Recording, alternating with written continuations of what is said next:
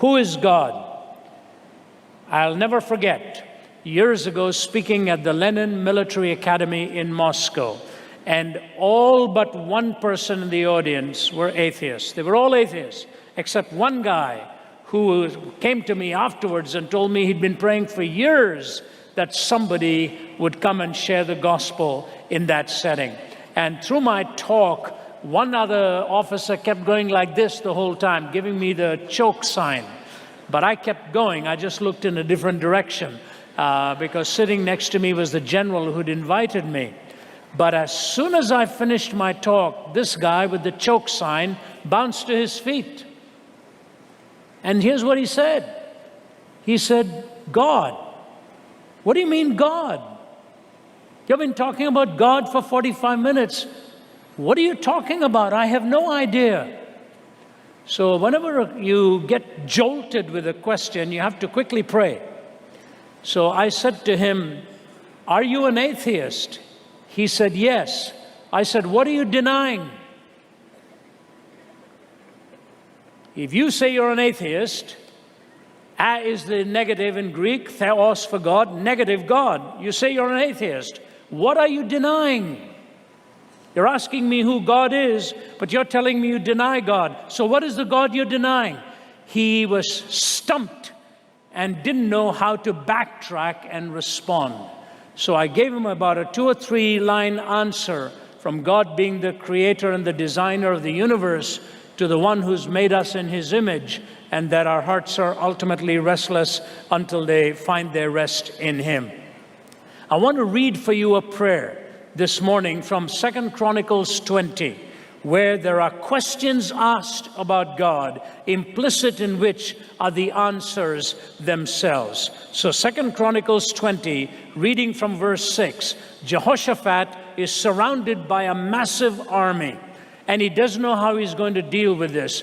Invariably, when you're attacked by a massive army, you really go immediately to prayer.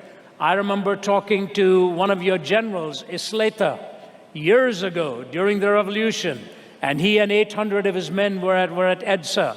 And all of a sudden he said, we opened to the book of Psalms and we're reading from Psalm 91, crying out to God, dwelling in the shadow of the Almighty. Napoleon, when he surrounded Moscow and the spires of Moscow were burning, the Tsar, who had had no time for God, goes to church and falls on his face before God, crying out in prayer. And God answered his prayer by sending a minor prophet, the winter. And that took care of the rest of the battle, as Napoleon's army couldn't withstand the severities of the winter. So here's Jehoshaphat, surrounded by the armies that he didn't know he could handle. Notice the 3 questions he asked. This prayer has both passion of heart and intelligence of mind. It retains theological integrity while blending it with deliberate passion and desire for God to intervene. The first part of the chapter describes the armies coming and surrounding him. In verse 6, he says this, O Lord God of our fathers, are you not the God who is in heaven? You rule over all the kingdoms of the nations. Power and might are in your hand, and no one can withstand you. O our God, did you not drive out the inhabitants of this land before your people Israel and give it forever to the descendants of Abraham, your friend? First question he asks, are you not? Verse 7, second question he asks, did you not?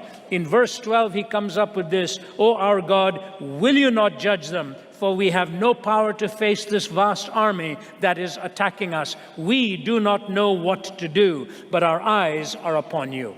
And in these 3 questions, are you not, did you not, and will you not, you see the answers that he ultimately gets.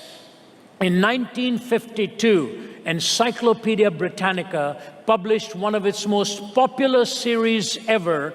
It was called The Great Books of the Western World. It's about 53 volumes of compilation, And I remember as a young student studying, more of a professor in New York at that time, walking past the bookstores and wishing so much I could buy that series. But I kept waiting and waiting till it went on sale, and one day it did. And today it sits at the top shelf of one of my sections there, the great books of the Western world. 53 volumes. The first 2 volumes are entitled Syntopicon. It combines 2 words, the synthesis of topics. What does it mean? The way the books are distributed, the first 2 volumes deal with themes, great themes: history, philosophy, law, ethics, God, in the first 2 volumes. Then in the remaining 51 volumes, those very themes are covered by the great writers of the Western world. So if you read the essay on law, and you want to know what Augustine said about law, you'll turn to the 18th volume on Augustine and see his section on law. Great themes covered as topics, great writers, and how they covered them. The chief editor is a man by the name of Mortimer Adler, one of the brightest minds in America, a latecomer to Christ, Jewish scholar, a latecomer to Jesus Christ. And Mortimer Adler, years ago, was being interviewed by Larry King on CNN. And Larry King looked at him and said, "Mr. Adler, I was looking at the themes of the great books of the Western world, and the longest essay is on God.